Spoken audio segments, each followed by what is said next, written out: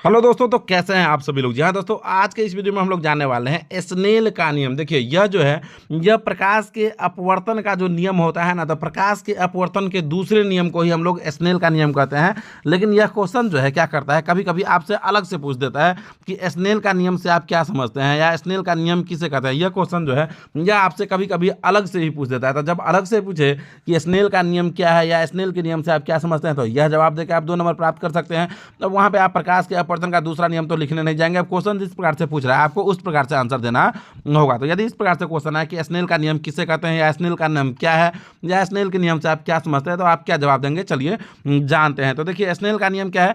तो स्नेल भाई साहब जो है वह कह रहे थे कि किन्हीं दो माध्यमों, स्नेल भाई साहब क्या कह रहे थे, तो सर स्नेल भाई साहब कह रहे थे कि किन्हीं दो माध्यमों तथा प्रकाश के किसी खास रंग के लिए, क्या कह रहे थे कि किन्हीं दो माध्यमों तथा प्रकाश के किसी खास रंग के लिए आपतन कोण की जया यदि साइन आई हो, ये आई है, आपतन कोण की जया यदि साइन आई हो तथा अपवर्तन कोण की जया साइन आर हो, तो इसका जो अनुपात होगा वह एक अचर राशि होगा।